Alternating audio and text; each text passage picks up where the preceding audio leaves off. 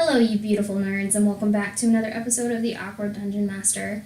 This week, I wanted to talk to you guys about voicing your non-player characters.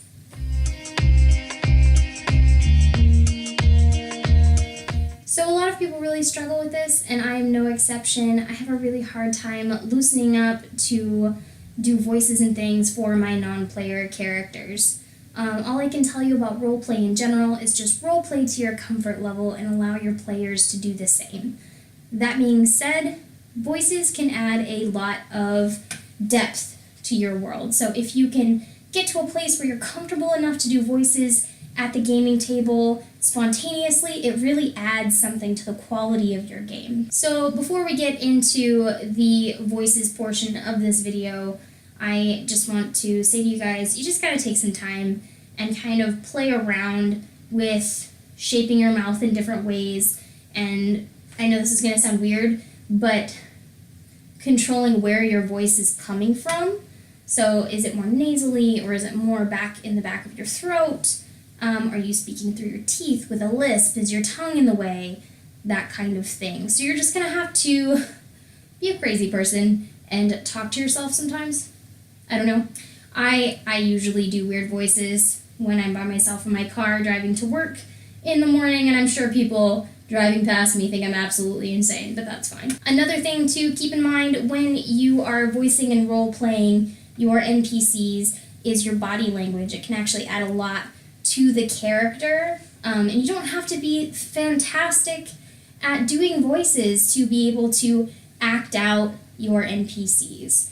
So a great example of that would be I've run several hags in my time as a dungeon master, and anytime that I'm talking about doing a hag, I always kind of get into the character.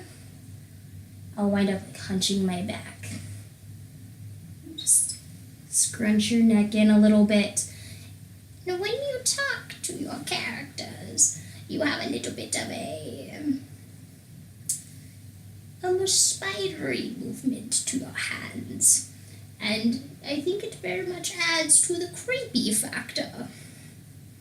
Yes. What is it worth to you, adventurers?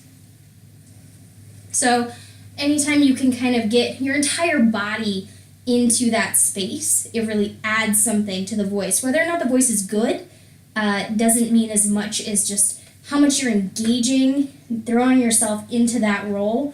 That's what sells it for your players. And the few times that I've kind of talked to other women dungeon masters, they always worry about being able to do voices for men. And I mean, again, work on dropping your voice a couple of octaves and sounding very strong. And again, you can see my body language is changing with the way that I'm talking. I'm straightening my back, I'm holding my head up higher, extending my neck to assert myself over my underlings, as it were, if I were captain of the guard. So, again, always adds something to the character. And there I go, becoming a very haughty noblewoman. Perhaps looks down her nose at other people. No one knows. I'm super freaking weird, and for whatever reason, it's much easier for me to play a child. So you get to this place where you're really kind of nervous, and I don't know where my mom is. She's been gone for a really long time. And you can kind of see how I'm rolling my lips, and I'm kind of falling into myself a little bit and being a little bit shy. I definitely think that lends more to an insecure child or somebody who maybe feels a little bit lost. So, get into it. And then there's playing monsters. Oh, monsters. I love you so much. So I tend to go to a really crazy place when I do my monsters. My voice gets very kind of raspy. Okay, so that felt really crazy. I knew this video was going to be weird to videotape. because I'm talking to myself. Or rather, I'm talking to a camera. So just play with your voice. Play around with different accents. One of my favorite voices that I've ever done, my characters in my Tomb of Annihilation game ran into a group of cannibals. And they decided to keep one to question. And they knocked her unconscious and then tied her up and then woke her up to talk to her. So I'm sitting at the gaming table like this, like my wrists are tied in some way, shape, or form. And they're like, "Why are you following us?" I don't know why she was Russian, but she became Russian. "We hunt like T-Rex." You're T-Rexes? What? "No! We hunt like T-Rex." Stupid humans. So, the eye rolling. The pretending to be tied up.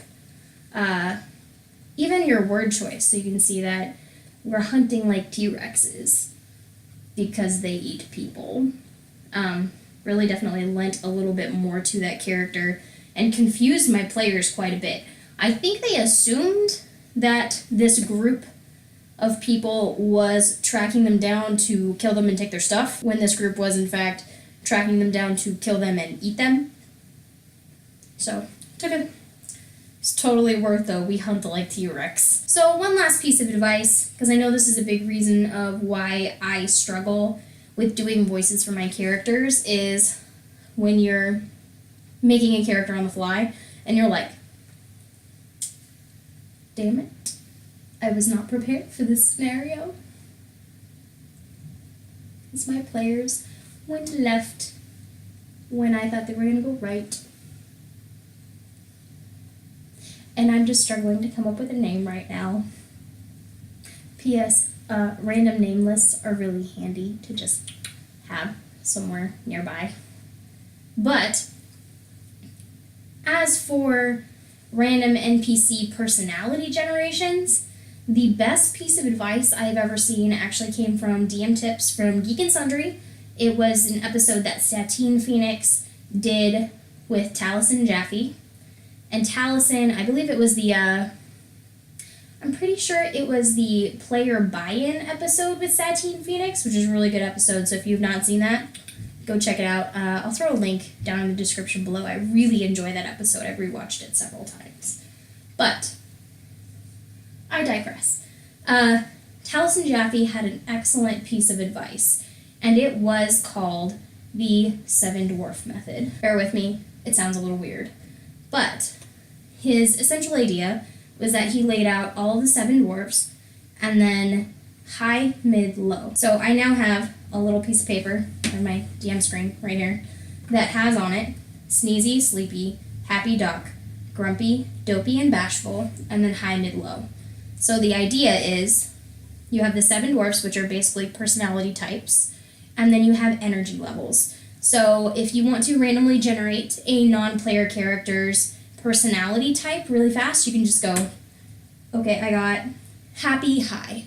So then you could go, "Oh my gosh, this is just the best day ever, and I'm so happy to be here, and oh my god, I love you guys so much. I've heard all the stories, you're amazing." So you can jump right into that character with that information. So we can do a couple more really quick, just to give you some more ideas of how that can work. Oh, we got high, grumpy. Ooh, that's special. So if you were high grumpy, you could be like, "Oh my god, what do you need from me today?" No, really? Like, just tell me what you need. I don't have time for you right now. I'm a very busy man. I have places to be, people to talk to. Get to the damn point. So you can play with that a little bit. Hopefully we get a different energy level this time. Oh, I got sneezy mid. Mid energy sneezy. Oh goodness. So, sorry. I don't know what's bothering me today. What did you need again? No, really, I'm sorry. What were you saying? No, I'm good. Mm-hmm. Yeah. Oh, you need to know where the blacksmith is? Yeah, he's just up the street a little ways. So Sneezy doesn't necessarily have to be you're physically sneezing. So it's all about your interpretation of the character. Let's do one more, just because I want you guys to see what low energy kind of looks like, or my interpretation of what a low energy character would look like. So I'm just gonna pick a 7 dwarf. Oh, bashful, that's fun.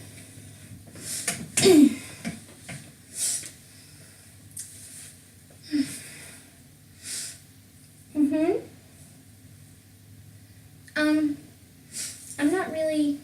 I'm not really the right person for you to ask those questions. But perhaps Milo the barkeep could help you. He's right over there. So, yeah, Milo, right over there. Yeah, he can help you. Mm-hmm.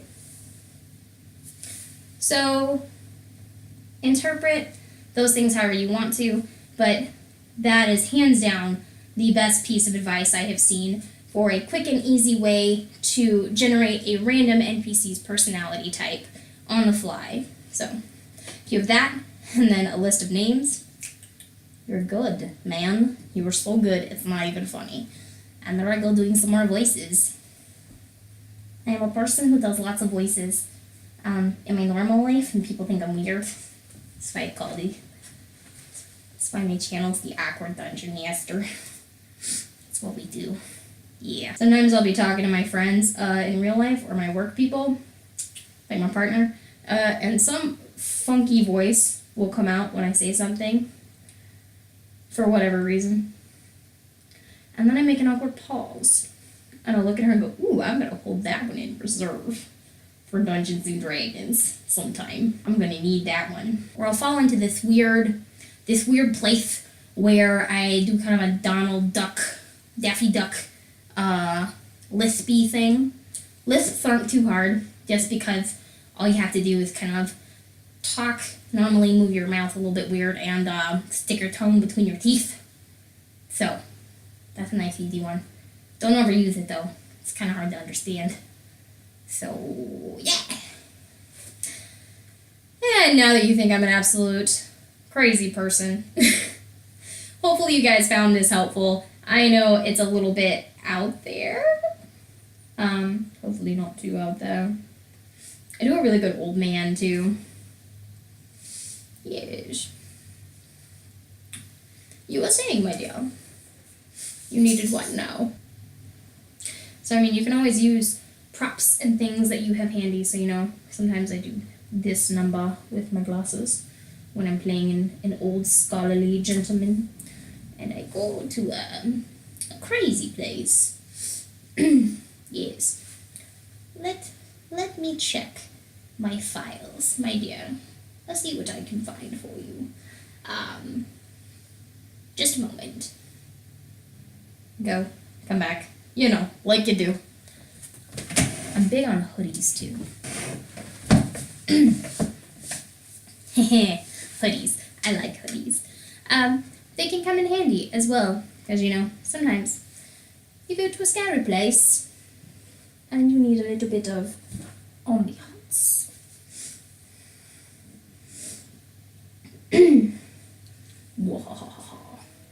Nobody needs to see my eyes.